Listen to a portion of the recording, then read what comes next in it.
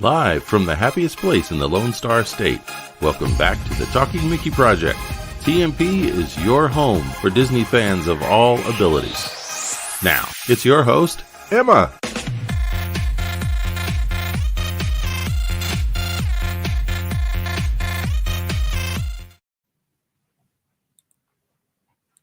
Oh, the music stopped.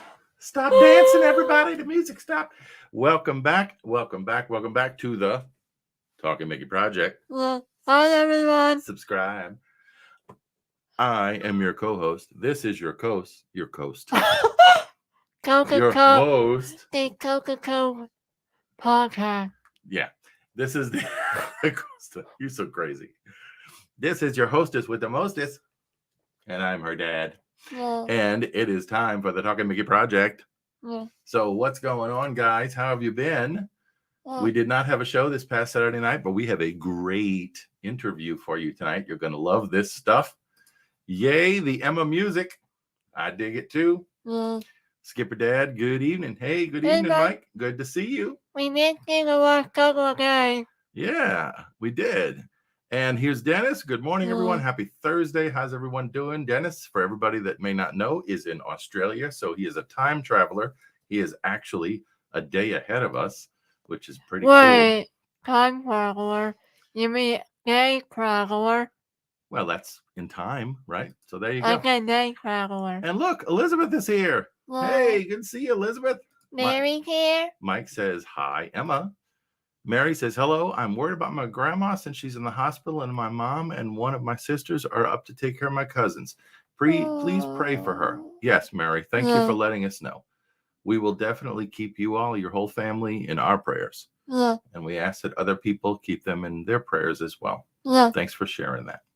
We are a family. Brian here. Yeah, I was going to say we are a family, right? Talking Mickey Project and other Disney community channels. We are a big family, so everybody keep Mary and her family in your prayers. Dennis says, crazy Mike, good morning. How are you? Miranda is here. Hey, everyone from Miranda. And Don is here. And Emma. John is here. And Emma soon. Oh, okay. Yeah, Eva's going to be on too? Probably so. And there's Elizabeth. So sorry, Mary. That's right. People do care, and we want to let you know, Mary. Oh, goodness gracious. We got a bunch of fun folks here. Thank you guys for coming back to see Emma.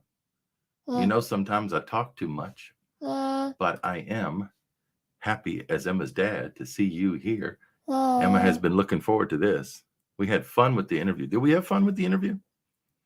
Yeah. What did you think of Mr. Jim and Mr. Len? Mr. Jim is an okay guy. He's an okay guy. He has a cool voice, huh? Yeah. You recognize his voice anywhere. And Mr. Len, who does what? Touring plans and unofficial guide, and he's on the Disney Dish podcast with Mr. Jim. What did you think of Len? He seems like a nice guy. I like his apartment. I believe that's what he's in. I think he lives both in Florida and in New York. He lives in Celebration. I think I heard him say on a podcast, and somewhere in New York also. So yeah, so y'all may see the background that Len had. It looked like it was in the city or in a city. Thank you, God. Thanks for sharing. Hey, everyone, call me Dylan, please. Okie dokie. Okay. And Jonathan shared. Thank you for sharing. Oh, Eva went to get treats for the cat. Oh, okay. We know how that is. We have a cat who thinks she owns the house. So, all right. Well, we did welcome and chat. We're going to share you guys according to Emma's show run, her run of show list that she compiled as to how we do things. And we have to postpone both of the Grover and Walt and Alcuco trivia.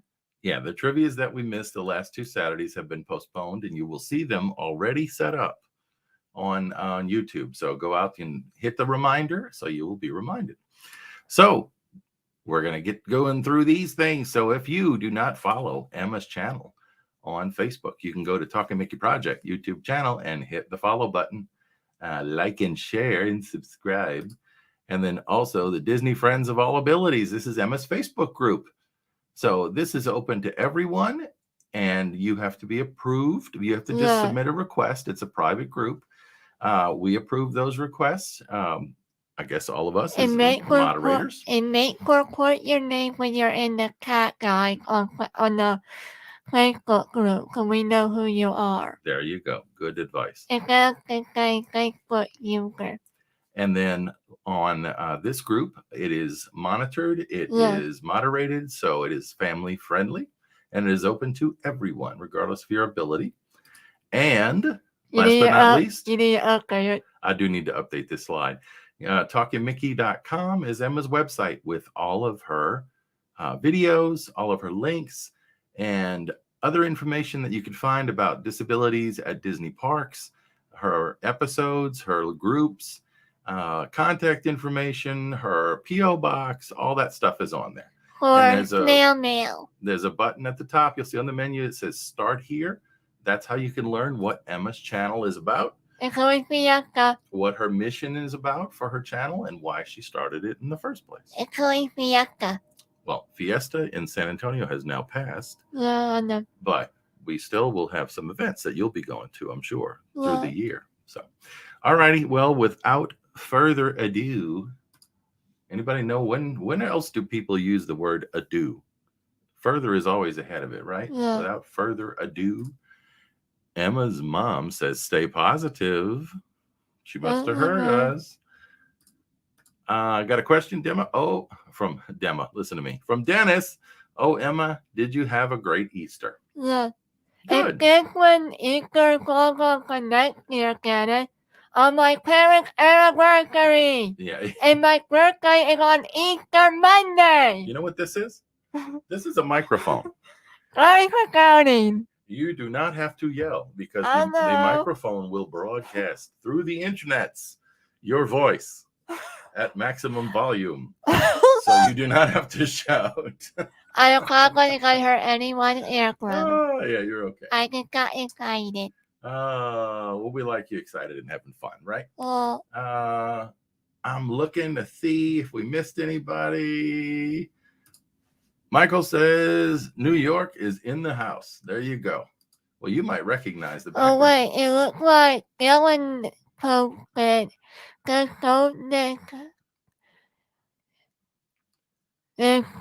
Yeah. Shared it? Shared it. Shared that with a friend. There you go. And we encourage everybody to share the live stream with a friend. But you know what we forgot to do? Something? We forgot to go live. We are now live. On the air. On the interwebs. On the air. It is time, without all this craziness, we get all this craziness behind us. It's time to do the interview. So are you guys ready? We'll see y'all in the cat guy. 5, 4, 3, 2, 1. Roll them. What do you want to say? Here's the interview. Go. Welcome, Mr. Gamhill and Mr. Len Testa to my show. Hey, hello. Hi, Emma. How's it going, Emma? We're doing great, huh? We've been excited to talk to you guys. Thank you for taking your time to do it. I know y'all are both very busy people. Glad so to we do have 15 questions for you. Are you ready for number 1? Yeah. Okay. This one will be for both of you guys or each of you. When did each of you become a Disney fan? You first, Len? First time writing Pirates of the Caribbean when I went with my grandparents when I was 6. And I was amazed at the amount of detail that they put in the queue. Like the idea that somebody would build a flickering electric light that was designed to simulate candlelight blew my mind. Wow. I go a little earlier than that. I got hooked off of the Wonderful World of Color television show. Sunday nights on NBC. That was when Walt himself hosted the show, and my favorite episodes were the ones where he took you behind the scenes in Imagineering, and that's the stuff. It's like, oh, here's my pet dinosaur. That's what got me hooked. You're like, I want a pet dinosaur. Still waiting. That and the flying car. So isn't that true, huh? You see that stuff, and they used to show a lot of that on the early Disney Channel, and I wish they would put it on Disney Plus. I haven't seen a lot of that. Oh, there's stuff that should be on Disney Plus that is in the archives that we can't wait. Yeah, hopefully will be, right? Mm-hmm. All right, you ready for number 2? Yeah.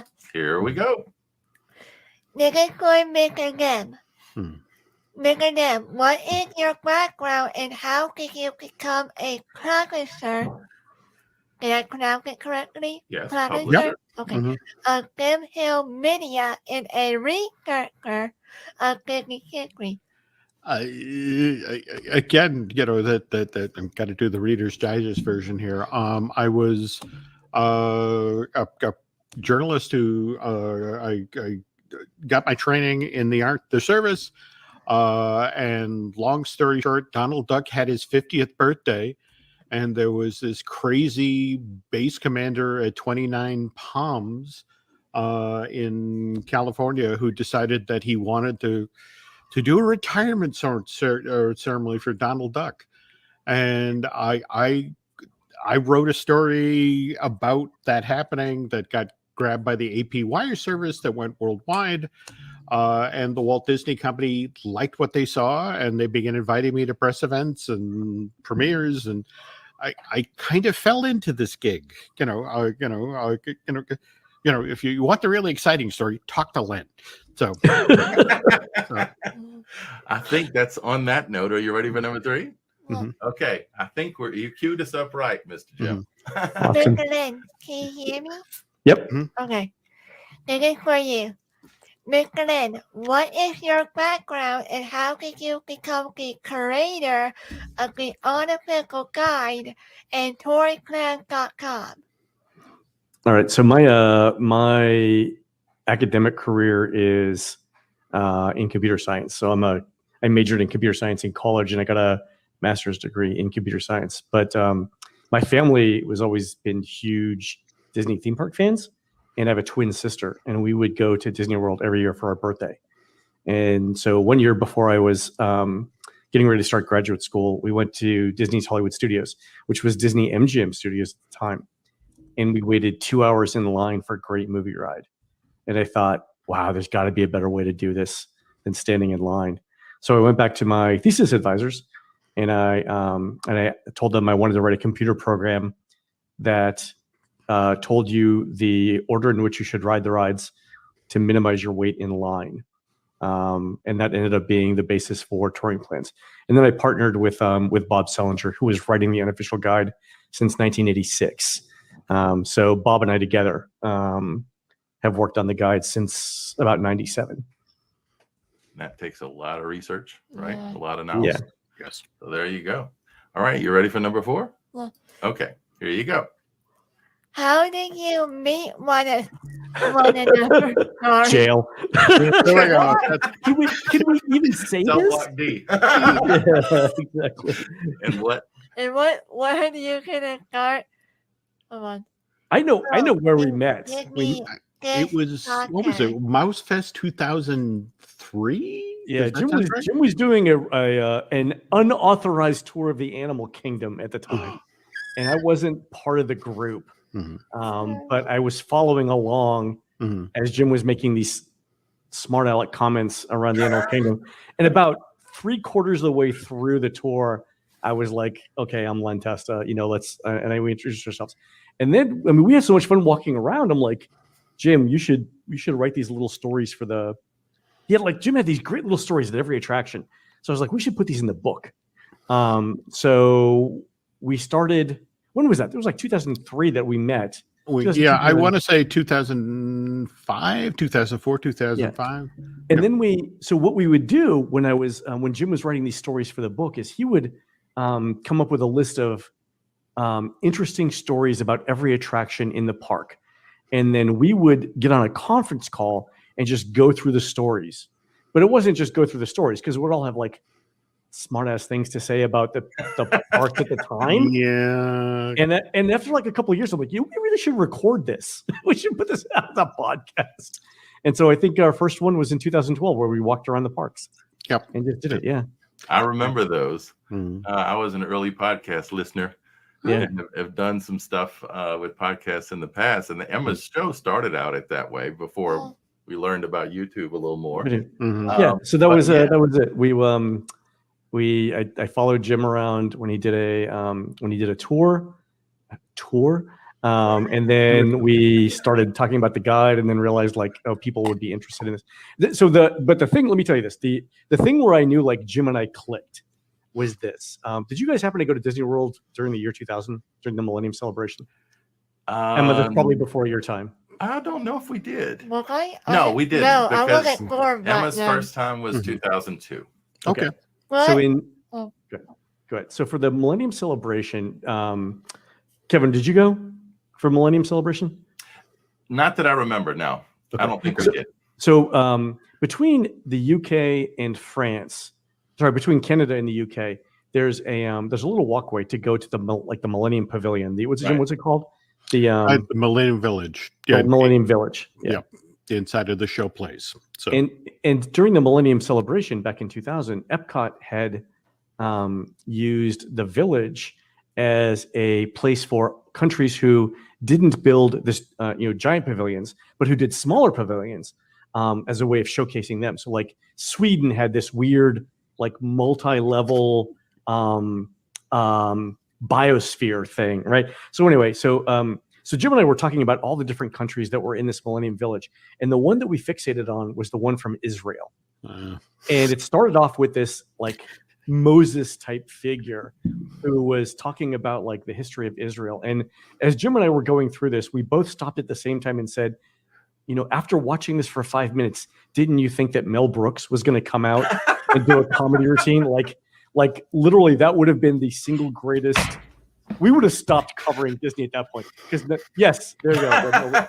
Yeah, we both were like, did you not think that Mel Brooks was going to be the host of the Israel thing?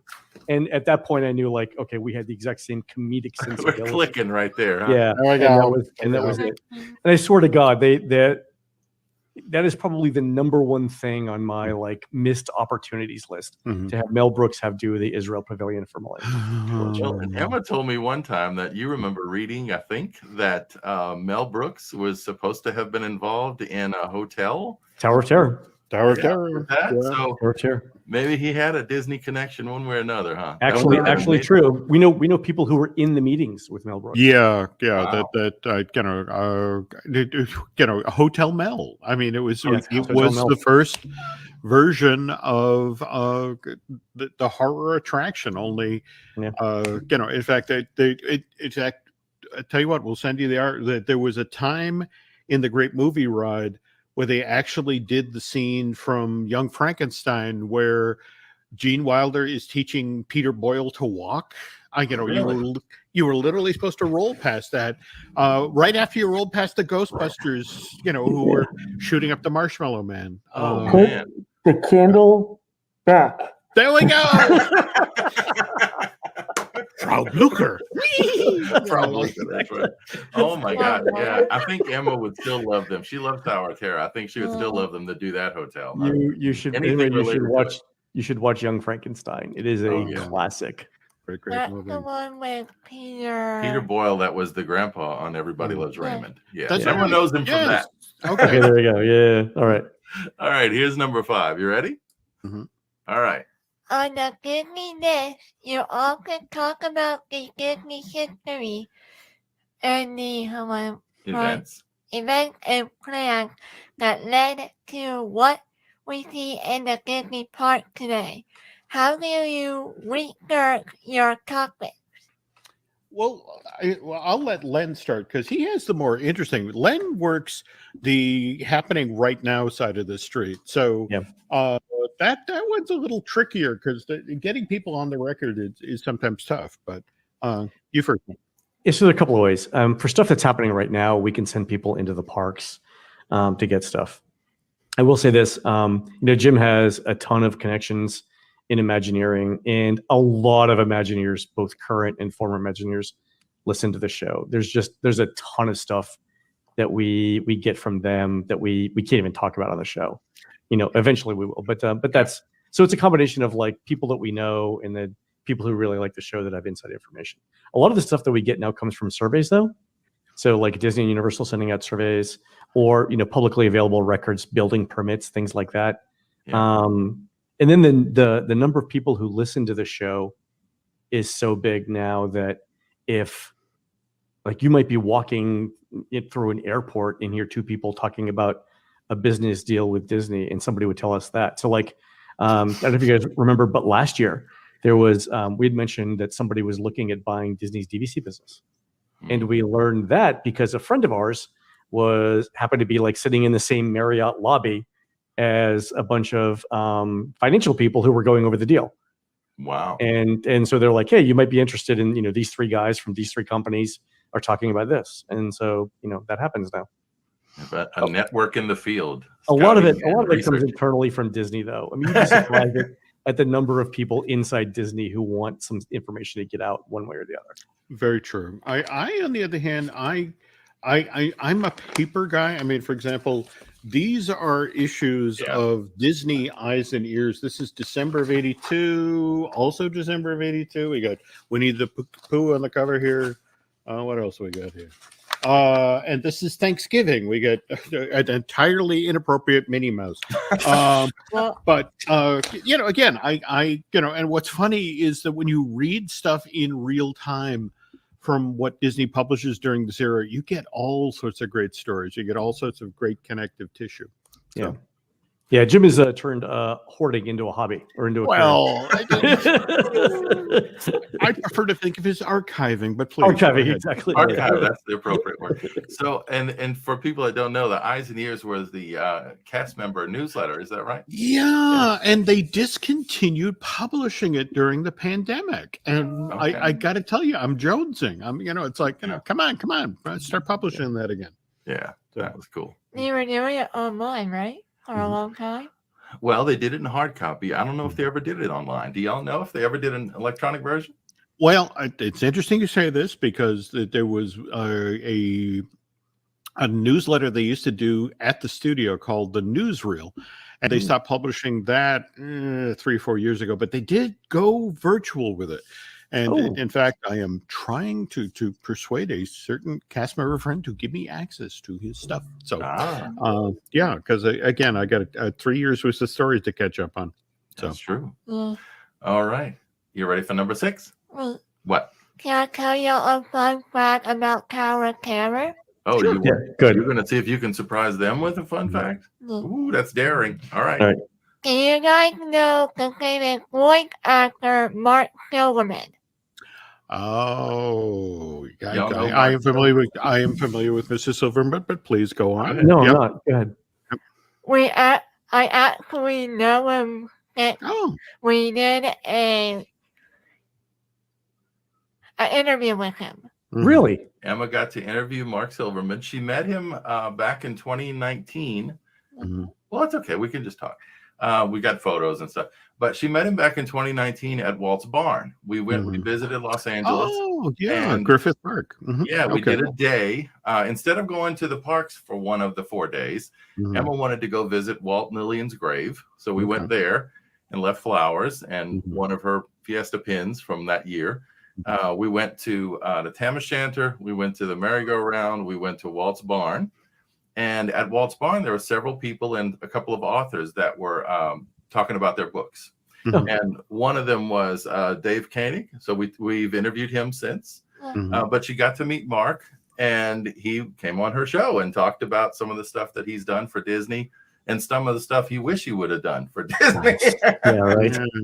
He even told me the script he gave for the second cake. Yeah, he said he showed us the script he had for doing Tower of Terror, right? The second cake, though. The second version, right? Mhm. And that he said that what's her face? His wife, Rod Serling's wife, had to approve him as Carol Serling. Yeah. There you go. Emma's talked to some really cool people. So there was a second version of the script that didn't get done. No, he used the second one supposedly. Oh, he used it. Okay. What was the first one? I don't know. He didn't show us that one. All right. Good to know. But this one had some writing on it and stuff. Mhm. But evidently that was the one. He said they did one take, right? And then he had a cold, apparently. And they said it didn't sound too good, so they called him back in to do another take. All right. And that's the one they used, I think. Yeah, that's the thing.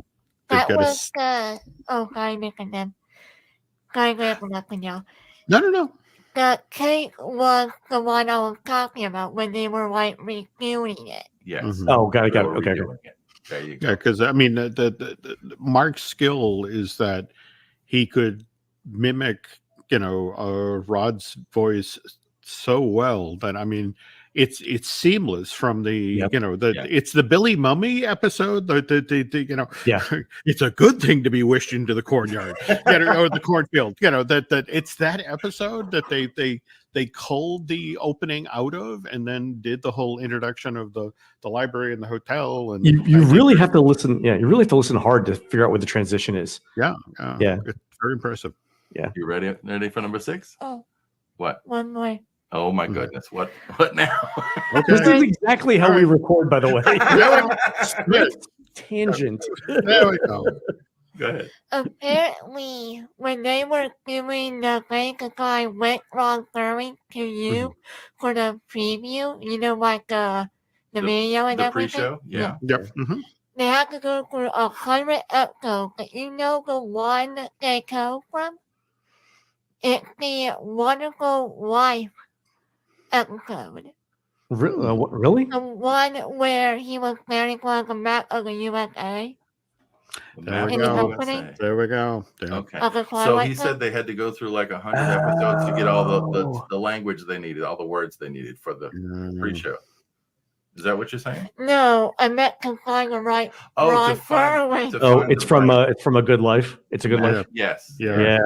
That's episode 73. Yeah. There you go. All right. Wow. Now let's move on. Number 6. Yeah, Okay. That was all talking. Now we're back on topic time. Emma loves rabbit trails. Yeah. So, all right. Number 6. Okay. Together, you are now approaching 400 episodes of the Disney Disc Pocket. Congratulations, by the way. Thank you. You're welcome.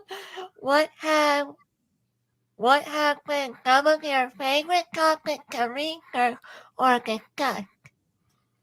Jimmy, you go first.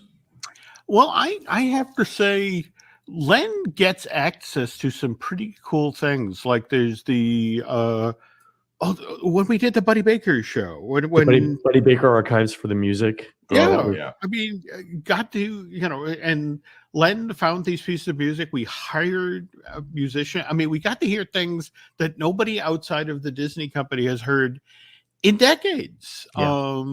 Likewise, the Buzz Price. Buzz Price, yes. Yeah.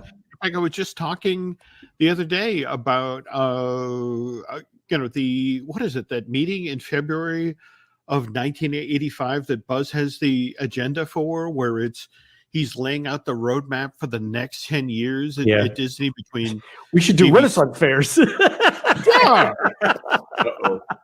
Yeah. Amazing stuff, those were that's what I was going to say. So the stuff where we're able to go in and look at archival material that either no one has seen before or that doesn't fit the standard Disney cleansed narrative of things. So the Buzz Price archives at the University of Central Florida are great because they show you like literally how all the decisions were made. Have you guys seen the Bus Brace archives, Emma? Have you done? I've heard the shows where y'all talked about it, and I haven't seen anything. Yeah. So imagine, like a moving box for papers. Imagine 200 or 300 of those, just filled with internal Disney documentation, going back to before the opening of Disneyland through like 2002, and just all kinds of interesting information there. That was really great. And then the Buddy Baker archives. So Buddy Baker was a composer. He wrote a lot of music, especially for Epcot. And like Jim said, we were able to find in there things that we had never seen before. Also, we should probably mention Ted Linhart over at There Disney we go. Docs. Yeah, because Ted Linhart. So Ted Linhart is a huge Disney and in general theme park fan. His specialty is buying up unpublished Disney documentation from the estates of people who were there. Wow. So one of the things that Ted got us was the Joseph Mankowitz collection. So Joseph Mankowitz was a Hollywood producer in the 70s when Disney was coming up with Epcot, and Joseph Mankowitz produced like these huge, big budget movies like The Ten Commandments and Cleopatra. Cleopatra. Yeah, so he was used to communicating like complex ideas to mass market audiences. So one of the things that he had was literally the original script for the American Adventure that was not the version that we got. And that's just, so we actually produced that. We hired voice actors to voice the parts. We ended up finding most of the background music, and then we had to select others. But if you guys haven't heard that, I think that was probably the best episode we've ever done. It was the American Adventure. Yeah. There you go. We'll It took 30 minutes. It took us 2 months to produce it. Oh. Yeah. But we actually had to, it was funny because when we were doing it, right, we had these voice actors and we were doing a recording session like this where we're all sort of on camera. And I told Jim going in, like, these guys are all professionals. I'm not going to be like that guy who tells them like, this is how I want it done. Right. And literally they do one take and I jumped in like, baby, that was beautiful, but let's try it this way. There we go. I micromanaged everything for 2 days. Do it with more feeling. I need you to sell it. Yeah. Could you emphasize the word "it" here? Well, and it's so interesting you mentioned this because remember, this is the American Adventure. Yeah. And so, you talk about it's Mark Twain, it's Benjamin Franklin, it's Will Rogers. And did you see that Ken Burns's Benjamin Franklin bio is running this week on PBS? Is it? No. And guess who he got to I mean, again, kind of out of our price, like he got Mandy Patinkin. So of course he did. Yeah, out of our budget range. But that was great because so for two reasons. One, in the course of doing that, we also found the earliest version of the songs from the American Adventure. And Pete Docter had actually just published a book about Mark Davis. And he published what he thought was at the time the earliest version of that song, but we found an earlier version and got to email Pete and say, this is what we think the oldest version is. Wow. Yeah, so that was kind of cool. Emma talked to Kevin Lively, I guess, a couple months ago. Yeah. And we were talking to him about the Muppet Haunted Mansion special because he was part of that. That was great. And he said it was just kind of surreal because they did readings of it through like Zoom.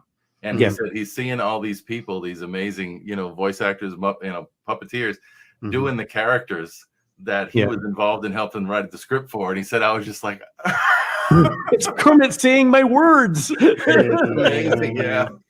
Yeah, that would be awesome. What can you from the old Muppet Wicked Prices Halloween special that we old Muppet go? Yeah, Dr. What was his name? Not Doctor. I showed Emma some of the old episodes with the one with Vincent Price. And, yeah. I can't think of the guy with the Uncle thing. Deadly. Uncle Deadly. Yeah. Come on. I was thinking Snurdly, but that's there we go. See, no math, no science, but that is front of But that's get what sticks in Jim's head. There we go. Exactly. There you go.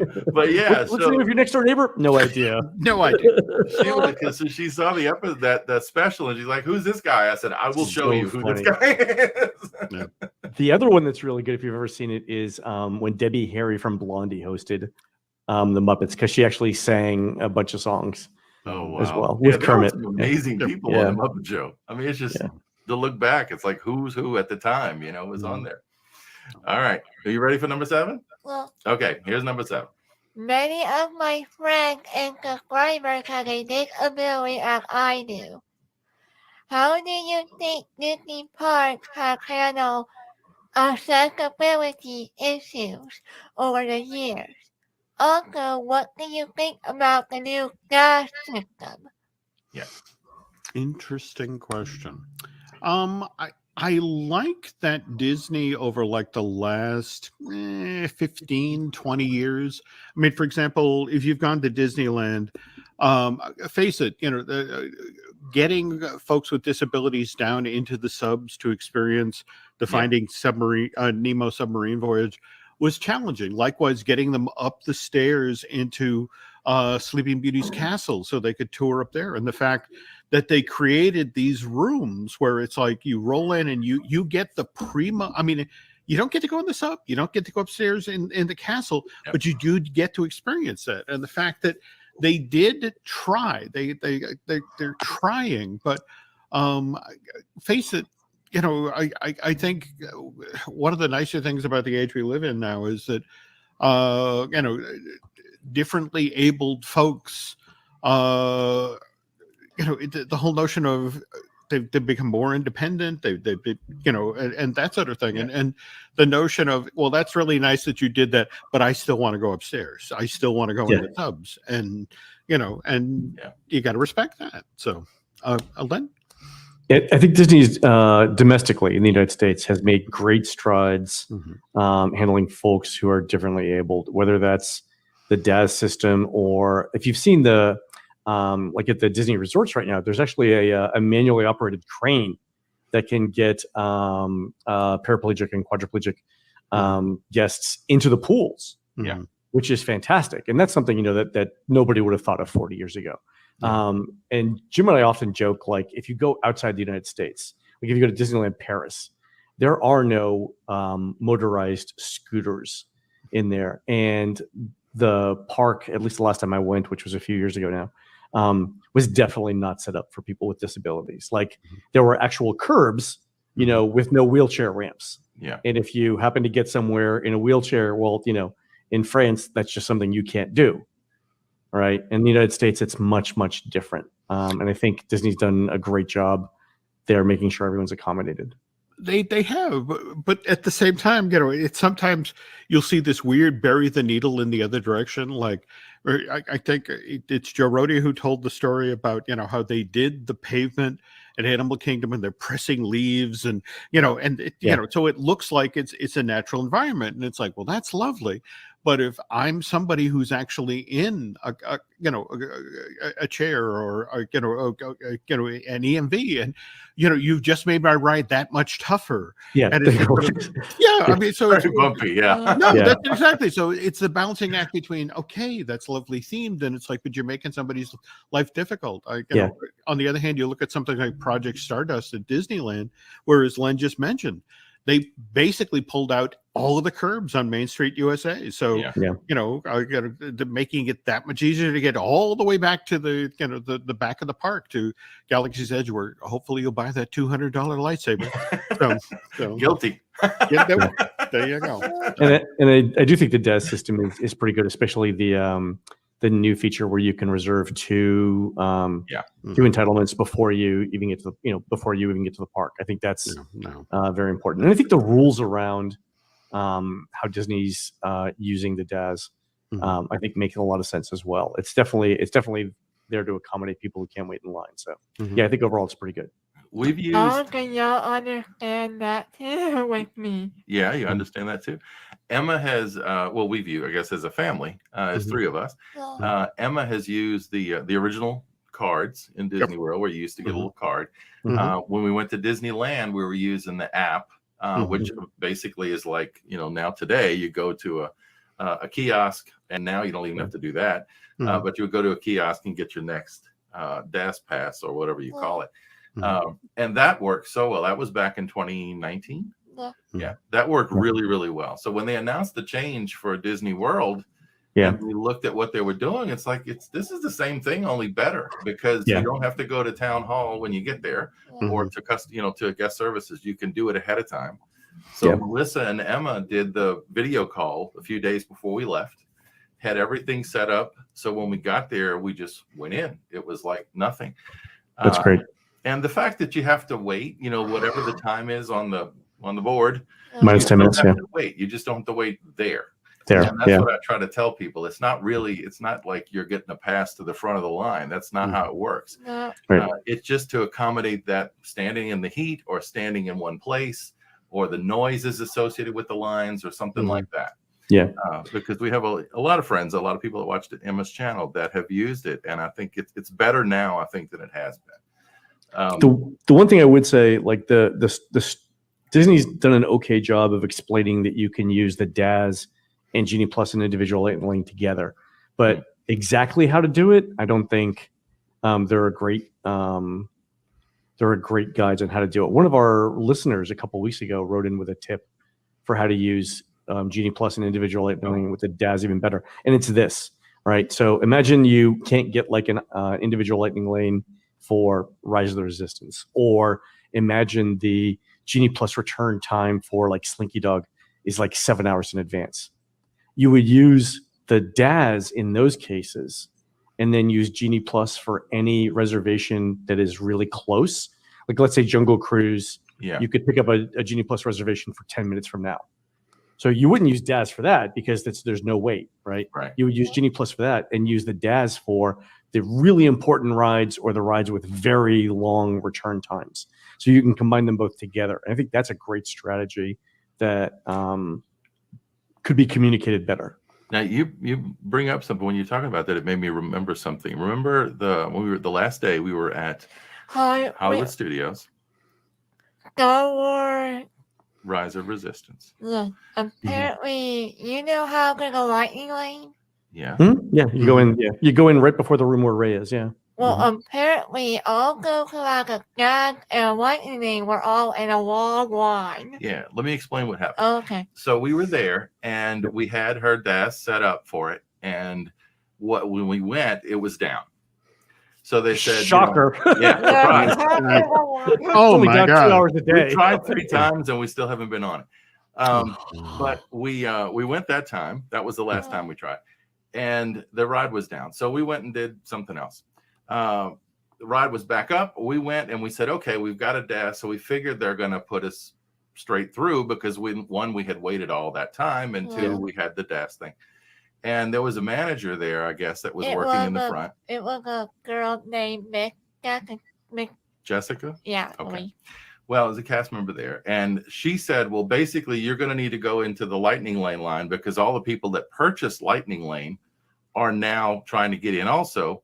So we can't put you ahead of them. You just need to wait in the line with everybody else. And we said, well, that kind of defeats the purpose of the DAS thing, because the line was all the way to, way past, almost to the shopping area for Galaxy's Edge.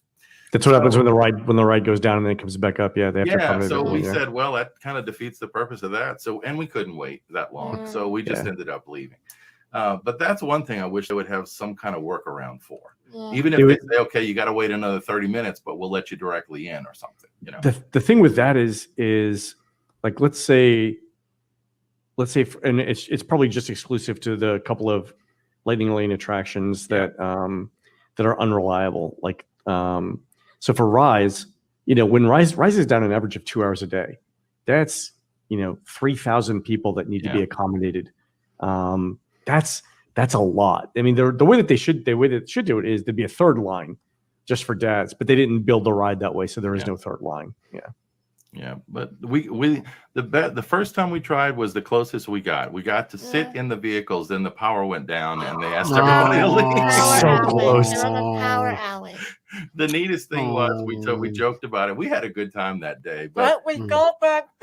yeah, they walked us out backstage, right? And Daddy, that's cool. and we said, look, the ship has a break room with a microwave, which is, I guess, you know, the stormtroopers. This is where they hang out when they're in between ships. That's great. But it's just sort of like, you know, you have fun with what you can, and we'll eventually get there. But that was the couple of good attitude. Good attitude. Yeah. I really think it's the best thing Disney's done in like 30 years. That you really should try to get on it. Yeah, we will definitely get there, huh? All right. Here is number 8. Now this is for Mr. Len. Can you hear me still? Yep. Okay. He can hear you. I'm just making double sure. Mr. Len, we recently interviewed Gray Howler of Disability at Disney.com about the Galactic Star Cruiser. What surprised you the most about your experience with it? Did it live up to your expectations? I didn't know you guys talked to Gray. He's a good friend. I like him. I like Gray a lot.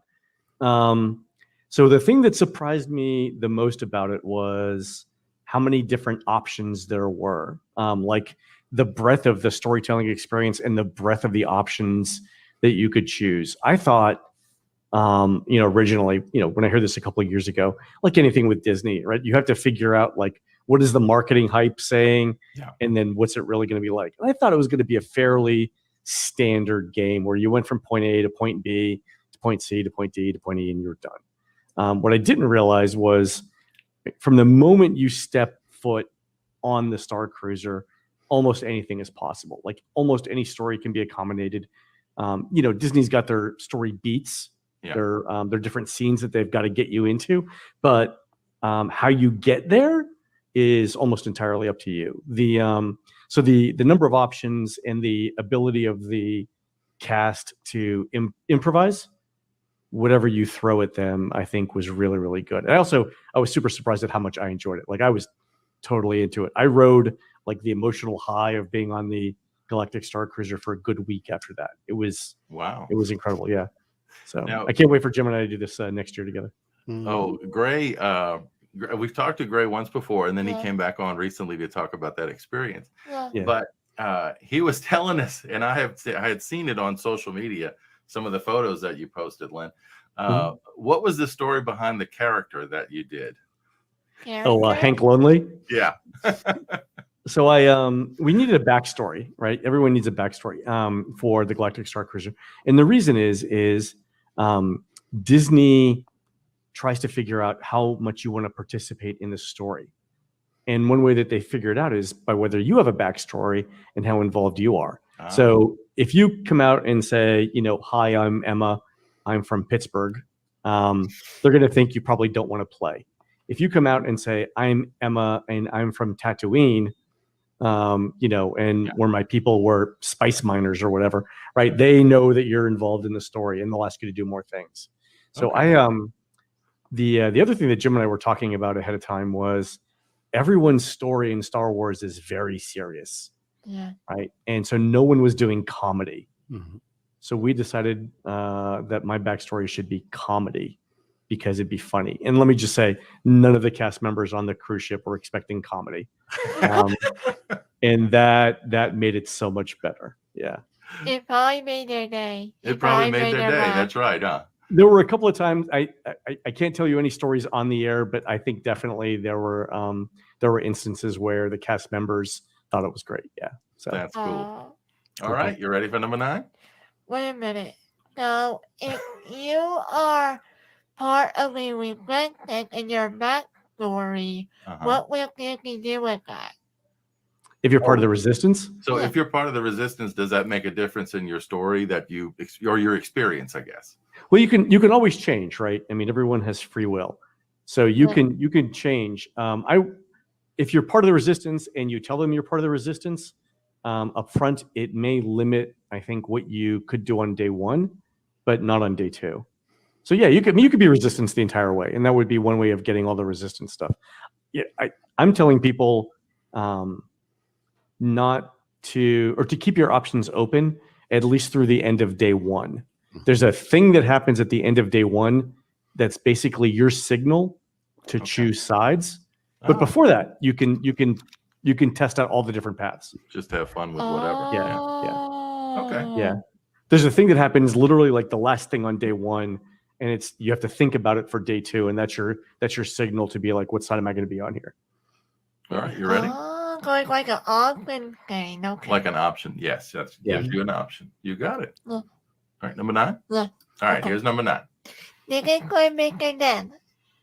Mr. Dan, the Disney This podcast is part of a large network of podcasts that you publish. What made you decide to start a podcast network, and how did you choose your co-host? Well, okay. I started a podcast network because it didn't actually involve any heavy lifting. Just no 50-pound lane. And to be honest, choosing co-host, again, rule of thumb, always go with people who are smarter than you are. All right. Again, people who are very knowledgeable in their field. I'm just Shecky. I'm the one who, finds the funny stories and, keeps things light and moving. But again, you want to partner with people who actually know what they're talking about, because, every so often I don't. So, we're all just dancing bears. We just take turns dancing. There we go. So wait, dancing bear? Yeah, it's kind of for entertainment. Yes. Oh, It's just a figure of speech. Oh, like Yeah. how Disney did that for the Storybook Storybook Circus. Circus. Okay, maybe so. Could It's be. kind of a Yeah. euphemism thing, right? okay. All right, that's cool. All right, you ready for number 10? No. All right, These are great number 10, questions. guys. And then we get to the fun 5. All All right. right. So here's number 10. This question is for the both of you. What are your thoughts on the Walt Disney Company today, and are you optimistic There you go. about the future of within the Disney park? Mr. Testa? My big criticism with the Walt Disney Company, not just the theme parks right now, is how management runs it strictly for the benefit of the shareholders, right? So there's two schools of thought around how to run a company. Since the mid 70s, the school of thought has been to focus on shareholder return, right? Whatever's good for the people who own the stock is good for the company. And that started with like a Harvard Business Review article in the early 70s. It quickly became fashionable in business circles. I reject that entire premise. I don't think that that's the only option. What I look for is this thing called stakeholder value, where you consider the needs of the shareholders, the employees, and the community in which the company operates. And my concern with the Disney company is that they're one of the few remaining large companies who only focus on shareholder value. And a lot has changed in the last 50 years since Harvard Business Review actually published that article. In fact, I think 2 years ago, they actually disavowed it, saying this thing that we published back in the 70s has actually been terrible for the country and we shouldn't do it anymore. So that's my big concern there. My other concern is I don't see with many of the Imagineers in management these days the same long-term commitment to broad ideas that we got from either the first or second generation of Imagineers, those that created Disneyland, Walt Disney World, and Epcot, right? Those people thought big about global problems. And these days we're getting, roller coasters with cartoon characters. Two vastly different things. But at the same time, you have to remember, the danger always of talking about the Walt Disney Company is, if we're all being completely honest here, the Walt Disney Company is like 35 little companies that sometimes share an agenda. Yes, sometimes. Coincidentally, it's entirely coincidental if it lines up. But on the other hand, they do their own thing. And like, for example, Pixar. I don't know if you've managed to see Turning Red yet, Emma, which is a wonderful a Pixar film. And the interesting thing is, just yesterday, the two ladies who produced Turning Red. Domi Shi and Lindsay Collins were actually, I mean, Pixar recognized that these women delivered this wonderful film about what it is to be a young lady, and the challenges you face when you become a young lady. And they've now raised them up in the company to the effect of, you're going to be calling the shots creatively going forward. You're going to help us shape the direction of where Pixar is headed. So I mean, yeah, it's interesting when if you go look at the online Disney community, that so many people spend so much time focusing on Bob Chapek, and it's just sort of like, you got to take in the bigger picture. There's good people doing great things, and they need to be celebrated. And at the same time, Len was just mentioning roller coasters with cartoon characters, and I will defy you, Len.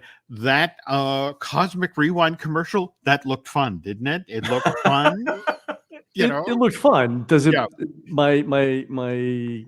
My concern is they're calling it a World Showcase Pavilion in what used to be Future World, and it doesn't make any sense. Yeah. I don't know. I get that. At the same time, it's sort of like again, Len and I love words, so it's like, it's a family thrill ride. It's a new coaster. It's like, it's a terrifying family-friendly thrill. There we go.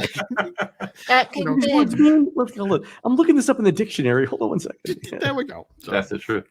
Well, one of the things Emma does once a week, we do a trivia show on Saturday nights, and Emma has done recently, within the last month or so, trivia episodes on Horizons and on World of Motion. And we're doing others, right? We did Journey into Imagination, the original. Yeah, the original, and all that. And Emma's a researcher, so when Emma's mom or she or I are looking at stuff for questions, because we try to make some really, we start with easy and we get harder, and we try to really pull some interesting details out. And one of the things, at least I observed, is that there was a purpose behind it. All of these things, there was a story, there was, original music. There was, at the end, there was a purpose for the ending, right? Everything was thematically consistent. Yeah. And it's sort of like all that stuff, went away. And I think a lot of, even Emma, because she's so young compared to old me, didn't get to experience a lot of that stuff. So they don't really know what Epcot was supposed to be. Yeah. I mean, at least originally was intended to be.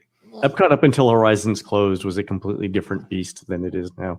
The question that I've always wanted to ask Imagineers, modern day Imagineers, is tell me which characters don't go in which parks.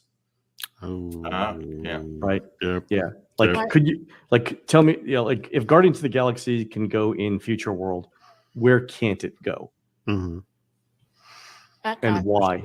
Yeah. And that's and I don't know that they have an answer to that. Yeah. That makes sense. All righty. Are you ready?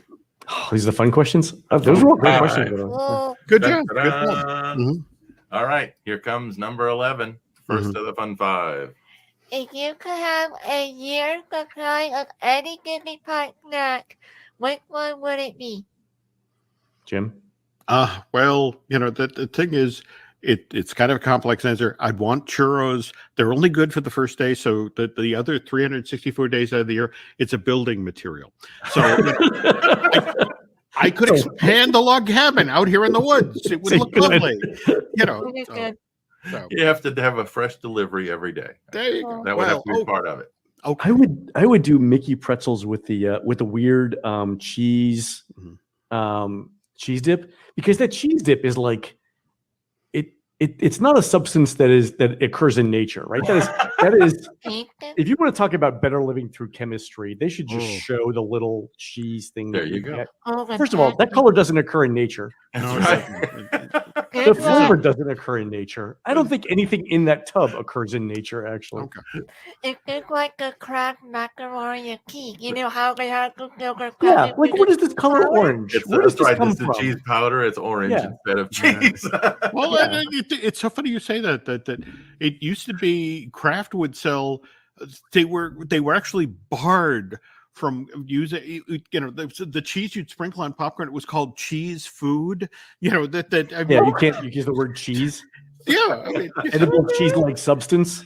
There we Yeah, go. that's cheese food. Yeah. Oh, Oh my goodness. okay. Oh, Like chemicals and stuff. yeah. Oh, It wasn't real cheese. Oh, Like coming from. oh, Like my favorite snack in the Magic Kingdom is Mickey pretzel, the weird cheese stuff, and a Coke, which I hope nobody in the medical community is listening to this. Emma's favorite, I think, is just popcorn. She just likes plain popcorn with butter. Like melted butter. I want to say actually use melted butter though when Yeah, I'm it might be making just flavoring, huh? Yeah, who knows? I haven't had popcorn in the parks in forever. My second thing is a hot dog, but go ahead. Oh yeah, from Casey's Jr. The new Casey's hot dogs are really good. Yeah. I just wrote about this in the book. They recently reopened up now. They did. Yeah, And the last time we were there, I got the I don't know, it's like the vegetarian vegan version of a hot dog. Yeah. It was actually really good. I was surprised. The quality has really improved since reopening. Like it's one of the few instances where Disney took time during the pandemic to actually improve the restaurant operations. It is really good. They're really good hot dogs right now. Yeah. All right. Here's number 12. Go ahead. If you could live at any Disney Park resort hotel, including the one that got grounded, and Including the new one, right? Okay. if it wasn't for 2 nights long window, which one would it be? Mr. Testa? Polynesian, hands down. And final answer. Yeah. The concierge building. So 3rd floor, Hawaii, looking out at the theme parks. I again, it's a little redundant, but I would do Wilderness Lodge. I knew you were going to say that. but also my second choice. My second choice. Yeah. One of the reasons there is that when my daughter Alice was very little, we would, it was our default when we'd take her to the park and she'd be tired, and it's like we'd go to Wilderness Lodge, and just above the entrance on the 2nd floor, there's this little alcove with a fireplace. And Alice was just learning to walk. She'd cruise around. There was a settee in the middle of the floor, and she'd do like 5,000 laps. So, but yeah. How many times did you walk her up and down those stairs? Like up the stairs. Yes, we're gonna go down the stairs. We're gonna go up the stairs. We're gonna go down the stairs. Yeah, I have lots of tattoo memories in the place. Which one's your favorite? It would have to be Fort Wilderness, the Fort Wilderness camping ground. You know why? The cabins? Why? Because they still have the remnants of the old train. The train, yeah. We stayed there in 2020 in November, I guess. Yeah. And one of the biggest things we had to do was go find the train tracks that were Train still tracks, there. yeah. Yeah. Jim and I one time recorded our walk between Fort Wilderness and Wilderness Lodge. And Jim, do you remember how many animals we saw? I remember that. Yeah. We saw, deer, we saw raccoon, we saw rabbits, we saw Yeti. We saw. There we go. Whatever. I believe the Florida term is swamp ape, but okay. I think I think the most popular answer when this question's asked is Polynesian. Yeah. But the other one we like a lot is Animal Kingdom Lodge. But the biggest drawback, because it's beautiful, we love the food, the restaurants, we love all. It's just so far. Yeah, it's the transportation. Oh my goodness. Yeah, I know. Yeah, that's the biggest thing. I think the 3 that we said here would be my top 3. Yeah. There we go. All right, you ready? What? The reason why I was saying Harold Quiet because when you get Yeti, I was thinking about the Yeti aquatic, the old version from the from Matterhorn? Yeah, the dog ride. Yes, from the bobsleds. Yeah. They call him Harry, huh? Yep. Harold. That's Harold. Yeah. Mhm. Okay. Well, here we go. Number 13. If you could only visit one Disney park in the future, which one would you choose? Ooh, this is tough.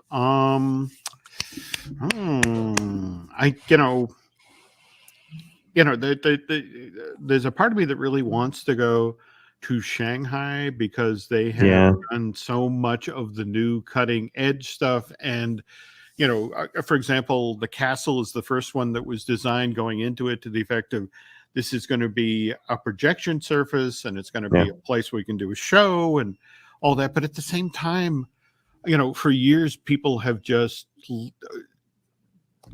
just so enthusiastic about Tokyo Disney Seas. Yeah. Boy, that's hard. Okay, I'm going to Shanghai Tokyo Disney Sea. How about that? All right. Combined theme park. Yeah, combined. There we go. So there you go. And Len?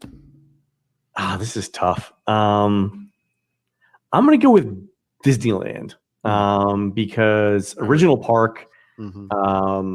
The original intent of a lot of attractions is there. So I don't think the Space Mountain there is as good as Space Mountain World, but Pirates, Haunted Mansion, Small World, Main Street are all as close to what Walt would have wanted as anything else. So yeah. What do you think? Haunted Mansion. Oh yeah, she's a big Haunted Mansion and Hatbox Ghost fan. Yeah. And Poppy. So which one would you choose if you could only go to one? This changes every time I ask this question. So I would say Disneyland personally, because we've only been once, but it's very different. And it hits you a little harder. I think there's so much history. We did the Walk in Walt's Footsteps tour, remember? It would be Animal Kingdom though. What? Animal Kingdom. What? If they did not do Avatar, it went with Beastly Kingdom. Oh, she would like to see Beastly Kingdom. Yeah. What they would have built there. Yeah. She's not as big. We were impressed with Avatar, with the land, that with Pandora. But Disney doesn't own the movie, not real right? big fans of the movie itself, but the land is pretty amazing. But yeah, see Beastly Kingdom, she was freaked out because she saw the cave where the dragon. Yeah, the dragon. Yeah. Well, the one thing I wish they had done was there was the sort of an English, a restaurant where you could sit there and order, like cottage pie or that sort of thing. But the great thing was that they were going to create this sort of artificial mist curtain on the waterway outside of the restaurant. And every so often you could watch the loops of Nessie come up, and like on a half-hour basis, Nessie would periodically appear, but every so often you just get one length of her come out of the water, and she'd only come up all the way every half hour. But would have been cool. Now this was at Epcot, right? No, this is Animal Kingdom. Animal Kingdom. Okay, I didn't know that. Part of the plans, yeah. All righty. You ready for number 14? Yeah. Okay, we're almost done. If you could build any current instinct or present in your backyard, what would you build? So including extinct attractions. Yeah. Okay. You have to talk about your house in Greenville. Greensboro. Yeah. So so this is a funny story. In Greensboro, back in 2012, my wife Laurel and I bought a mid-century modern house. And the house, when it was built in 1968, was designed to be the house of the future. So it had an elevator, it had a push-button console that controlled all the lights, had its own intercom system. So we decided we were going to keep the home of the future theme, and we redid the kitchen to look like the kitchen in the Space Mountain post-show scene in Walt Disney World. We actually flew down an architect. We flew down my friend, our friend Sam Genoway, who's written books about Epcot. Yeah. And we had Sam basically translating between Disney speak and architecture speak. So we did our entire kitchen with Space Mountain. We even found the on the table in the Space Mountain post-show scene, we found all of the different things that were on the table and bought those. And then we got 4 60-inch plasma TVs to be like the backdrop, and we would show videos like they do on that. We redid all of the bathrooms to look like the showers, the rainforest spa showers from the Disney Fantasy, and then our fireplace was a tribute to the Enchanted Tiki Room. Oh man, wouldn't that be amazing to walk in? Yeah, it was. Yeah. And the thing was, if it's still there, yeah. So if you go into Google and you type in Len Testa Space Mountain Kitchen, you'll see photos will show up. Yeah. But if I had to pick like one attraction to put in my backyard, the default answer is Horizons. Horizons is actually why I don't play the lottery, because if I had enough money to rebuild it, that's what I would do. Last I saw it was up to 200 million or so. I'm not sure how much you'd need, but you got to hit the Powerball on that one, I believe. Oh, that you do. So, am I allowed to pick one that never got built? Yeah, sure. Have you ever seen the Baby Herman's Runaway Buggy ride? I have heard about that a little bit. I think it's a right? Really, it would have been the number one photo op at Disney. The thing is, it was a car-sized baby buggy. And and you're going through the queue. They basically explained that Baby Herman has decided, I don't want to do that stunt. Get some other idiot to do it. That guy, get him to do it. And so what they do is literally, you're suddenly on the set, and what they hand you is a giant baby bonnet that you put on, and then you get in the baby buggy, and then they roll you through Toontown Hospital, and you're menaced by giant nurses with giant syringes and things like that. God. But the beautiful part is there was going to, of course, it's Disney, so there was going to be a photo op at the end, and so, but it's everybody in the giant baby buggy with their baby bonnet on, and it's like, oh my goodness, I want that. So, you know that the whole Baby Herman thing was just somebody telling the story of Paul Castle and the Baby New Year. Yes. What? Yes, it was. So, oh goodness. All right, are you ready? This is the last question. Mm-hmm. I would build the Heart Marathon in Walt Disney World where Aga had got go in it. Mm-hmm. And Paul Frees. Yeah, she's Emma is a fan of Paul Frees. And she's a fan of a lot of things, but we had to go to lengths to find a photo of Paul Frees that she could put. Can y'all see him now? Yeah, that's awesome. He was an interesting guy. Toward the end, he was still working, but he actually was one of the very first people to build a home studio. And it was one of these things where if you wanted him to do a voice for your cartoon or that sort of thing, you called Paul's house, and he plugged the phone into a tie line, and you got a half hour of his time and got amazing stuff. So It's pretty amazing, huh? Yeah. So the other question I guess we'll ask real quick before we get to the official last question was, we've talked to several folks about what could have happened, I guess, or maybe still could happen in bringing the Hatbox Ghost to Florida. Do y'all think that would ever happen? Maybe for the 50th it's such a Disneyland specific thing. Yeah, it is. See, I'm okay with the parks being unique like that, where it's only in one place. I will say this much: if you go back over from when the first one opened in '69 at Disneyland, and then the next one opened at '71, it is the most massaged Disney attraction at any of the parks around the world. Because face it, so many Imagineers grew up. Yeah. They saw that and it's if you think about how many times the mansion has been plussed just the past 25 years or so. So yeah. I wouldn't bet that the Hatbox Ghost wouldn't show up in Florida. I would imagine that there is some Imagineer who is prepping the pitch and just needs, you and let me be completely clear here. There is that brand new Haunted Mansion movie that's being made, right? And it's, they, on the heel of that movie, they're going to go make another run at the mansion and update it. And who knows, maybe that'll be the time that Hatbox, finally comes in to Florida. And it was pretty amazing that Fozzie Bear was a Hatbox, and that's funny. Muppets Haunted Mansion. It's so funny you say that. I got to interview Kirk Thatcher, the director of that, and he said that was the one. Disney said yes to everything, but it came down to the moment of, okay, so this is Fozzie as the Hatbox Ghost, and it's like, Fozzie Bear has teeth. That's very disturbing. Is there another way we through? No, that's it exactly. It's sort of like, do we really want to do that? Because I want to be able to sleep at night. So it's like, a little too creepy, huh? Yeah, a little too creepy. All right. Well, this is the last question, and we'll thank you very much, first of all, for being on. I don't know. And this has been awesome, right? Mm-hmm. You'll thank them again in a second, but I want to say that right before we start. So here is the last question. If you could ask Walt Disney and Roy O. Disney, who is Walt's brother, Right. one question each right now, what will you ask them? Fun. I would ask them the question about what other things they wanted to see in the theme parks that they hadn't built yet. Right? Like where do you see, what are the lands or what types of ideas do you want to see built over the next 20 years, and see what those things were. So like what was next on the list that didn't get built? Yeah. There you go. Like the city?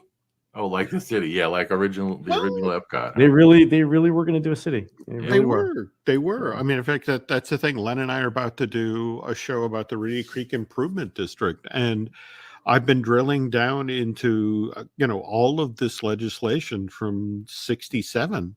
Yeah. And you got to understand that the theme park, the Vacation Kingdom. In fact, if you look at the stuff that was done for the Walt Disney World Resort in 1969, 1970, it's like, this is the Vacation Kingdom, but it's the carrot. It's strictly the thing to get people to start coming down to Central Florida. Because face it, people who went to Florida previously, they went to the beaches. Maybe they went to the Space Coast, but they weren't going inland. And so the notion was, we will keep the theme park will make the money. The theme park will get people used to coming to Central Florida, and then we will start to build the city. And if I were talking, we lost Walt in December of '66. We lost his brother 5 years later, December of '71. And I mean, I would love to have heard, if we got another 10 or 15 years out of both of those gentlemen, it would have been a very different Disney company. I mean, Walt had the first, you got to remember that Walt had a charm to him where it's like, you're a Ford executive, and it's like, well, let's go over to R&D. It's like, Walt's here to pick up a check for, to build an attraction, but let's go over to R&D because, for example, the Omni-Mover system for the theme parks, Walt saw them moving molten steel at an auto plant and went back and said, the thing they use to move molten steel, we can move people with. Go talk to them, and it's just Walt picking up the phone, calling the CEO of Ford saying, "Can we come by and look at your assembly line?"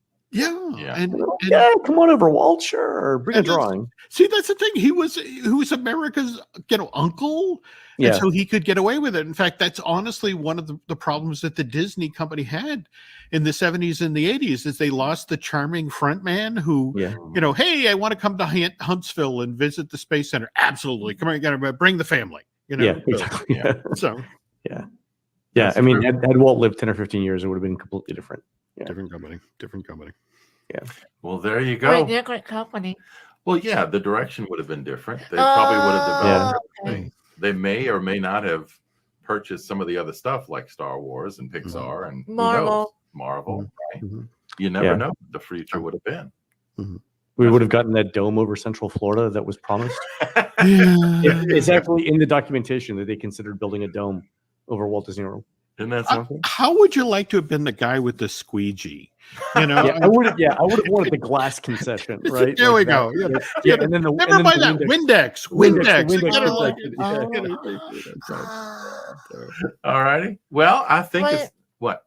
Y'all can go about Roy Hogan. Oh, what would you ask Roy if anything specific? Yeah.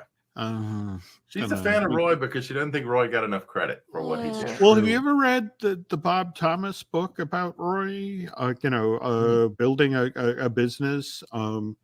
He was so protective of his little brother, and in fact that's always one of my favorite stories that I heard it from Diane Disney Miller, where they got the call, like, you need to get to the hospital now, that this just went south.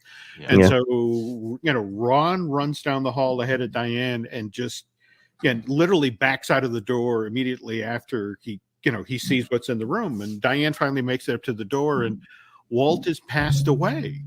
But Roy is standing at the foot of the bed, and he's literally holding his brother's foot and kind of stroking it gently, like not ready to let go yet. And it's just talking calmly to his brother. It's okay. It's But yeah, I mean, he really cared for him. But I mean, they fought. I think Len and I talked about on one of the shows. There were 15 months where they didn't talk to one another. They were so mad at each other, and there were people at the studio who had to go tell Walt this, and well, go tell Roy that. He's standing right next to you. Why do you tell him? But they made up, and in fact, was it Walt that gifted Roy the peace pipe? That he found that wonderful picture. Yeah, there's a letter. Yeah. So, isn't that something? Yeah. All righty. Well, it is time to say thank you. Yeah, no. Go ahead. Thank you, Mick again, Hal, and Mr. Len Testa for coming on my show. You're welcome, Owen. That's it. We really enjoyed very having us on the show. Thank you. Thank you for having us. I appreciate it. Okay. All right. Well, we will hopefully talk to you again one day. And until then, we'll be listening and watching. Awesome. Hey, let me know when the show comes out, and we'll promote it on our social media. Will do. Okay. Thank you. Awesome. Talk to you All right. often. Thanks, folks. Bye. See you guys. Take care. Bye-bye. Bye. We're okay. Well, what do y'all think? Was that a good interview? That was pretty cool. I have been listening to Jim Hill and Len Testa for many years. Emma has listened to them on different shows for a while. Yeah. And Jim hello, Hill. Miss Kelly. Oh, hey, yeah, Miss Kelly's here. I was putting some of her quotes up there. And Brian is here. Good to see you, Brian. We're just wrapping up. So you are going to be hashtag Team Replay, right? Got to watch the replay on this one. This one was a good one. Tina DCS says, great show. Thank you. Thank you, Miss Tina. There you go. Good deal. I Mickey love Bunt your says- quote, always walk. That's right. Let me fix your hair. I like how you can rock. It's very good. You both we like rock and marketing. Oh, yeah. That's for sure. And Mickey Bunt says, what a fantastic interview. Oh, Miss Kelly, we still need to do the interview with y'all one day. We've got it. Well, we've got it scheduled. I think you and Mom are going to be talking to Miss Kelly from the Mickey Bunch, right? Mom says, awesome. John says, really great interview. Eva says, pressing replay. She's going to watch it again. There's a little fun guy. Eva in an hour, so be ready to get some popcorn and snack and drink. There you go. So, guys, let us know. Oh, Mary says, I love this interview. I love the interview. Thank you very much, Mary. And thank you, everybody, for commenting and for watching.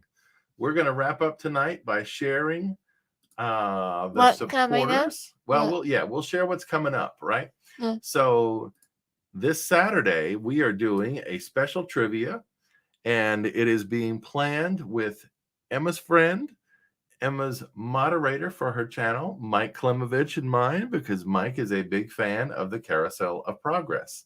Let me turn off this little logo here so you can see better.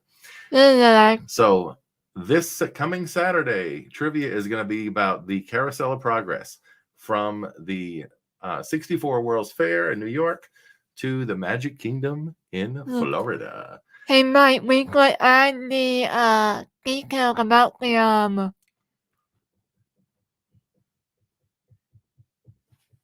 About the what? Oh, the model. The one that you can be at the very top of Carousel Progress at Disneyland. So when it was moved to Walt Disney World and it was put on display, they have to break it down. So they removed the monorail part. Oh, and then the other thing I was going to mention about that one is if Mike is able to get on, maybe we can have Mike join us for one of the questions or for commenting at the end or whatever, right? Because Mike is such a big fan. Don't worry, we'll send you the link, Mike. That's right.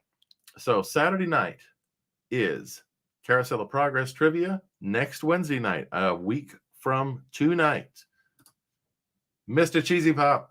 It's Mr. Cheesy Pop. Maxwell Glick is going to be on. We had a lot of fun interviewing Mr. Cheesy Pop. He called me adorable on Instagram with me. He called her adorable.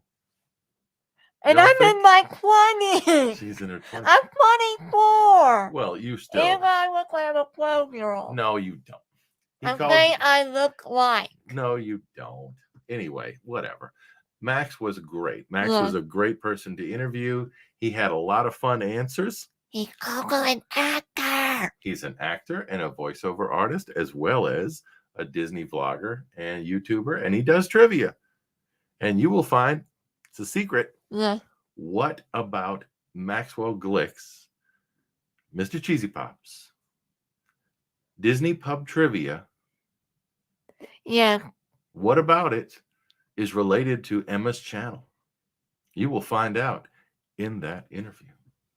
All righty. And yeah, get pre-recorded because we have to. Well, of course, but it's going to be shown a week from tonight. Yeah. And again, it's Mr. Cheesy Pop. And then we did that together. That's cool. Thank you, Omia Coke. Yeah, go your Coke. Okay, so 2 Saturdays from now, we're doing It's a Small World from the New York World's Fair to the Magic Kingdom. And then on May 4th, guess who it is? Mick Kelly. Oh, Gargoyle Star Wars Day, Mick Kelly. That's right, May the 4th. May the 4th be with the Mickey Bunch. I'm playing Lego Star Wars and Skywalker Dragon now. So that's going to be cool. All right. I'm looking. Let's do some comments real quick. Hold on, the comments are a little too buggy. Oh, no, there's just a lot of comments. I know, that's why it wasn't working. Mike earlier. says, yay, my favorite ride. That's Yeah. right. We were thinking about you when we put that together. Let's see. Yes, I can come on, he says. Not a problem. Awesome. That's going to be fun, silly, Willie. Someone named Charlie God. Okay. Did comment?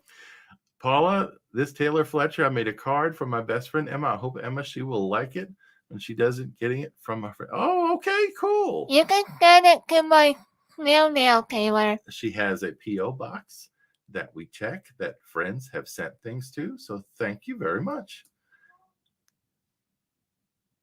And Emma, look on the bright side that you are so young. In years to come, it will be a blessing. That's right. Thank you, Michael. And let me look. I'm going down the comments. Yes. The Mickey Bunch interview would be a great May the 4th be with you live stream.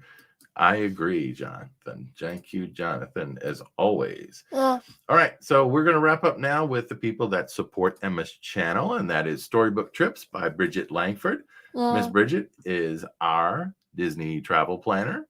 She's working on a trip for us this fall and working on a birthday trip to Disneyland for Emma and us next year. It's a meetup. It's a meetup, maybe? Shh, it'll be fun. So if you have a desire to go to Disney and want a travel planner to help you at no cost to you, storybooktrips.com, you can go and email Bridget at bridget.langford@storybooktrips.com. And Junior's Kind Note Cafe, #KindNote Cafe. You can find organic, free trade, home roasted coffee that is available at bossabilityinc.org/store. Junior is one of our family friends, one of Emma's friends for many years, went to school with Emma for a while. Yeah. And he is raising money for nonprofits through selling the coffee that he roasts. And So I go get check it out. Yeah, I get to see him tomorrow. Yeah, he's at going to be 4 visiting. late night. That'll be cool tomorrow. Y'all get to visit. So again, bossabilityinc.org/store and get yourself some coffee. And Beyond Disability Texas, she's laughing at my accent. You're not cooking. You're Louisianan. Well, I'm South Carolinian. Yeah, I But know. Louisianan too. Yes. Yeah. So beyonddisabilitytexas.com, you can find Emma's mom's website. You can also find her show about Fiesta and Fiesta Especial on YouTube. And hopefully she will be doing some more shows soon. And last but certainly not least, everybody who is a Patreon supporter of Emma. You can go to patreon.com/TalkingMickeyProject, learn all about it. At the last Sunday of every month, we do a live We Q&A. don't know when that one is. It'll be posted. Okay. But the last Sunday of every month is a live Q&A for Emma's Patreon supporters. All right, let's check out any more comments before we say goodnight. Eva, go away, telling us good night. Good night, Eva. That's right. That's right. And now I'm going to say Yep. good night. I think it is. I think it's about time to say goodnight. So how do you want to end your show tonight, Em? I'm always going to get off the watching. Make a like, subscribe, and share the channel with your family, friends, you haven't yet. Saturday night going to Mr. Mike Quebec. They are real good. Night I go on Saturday night for trivia.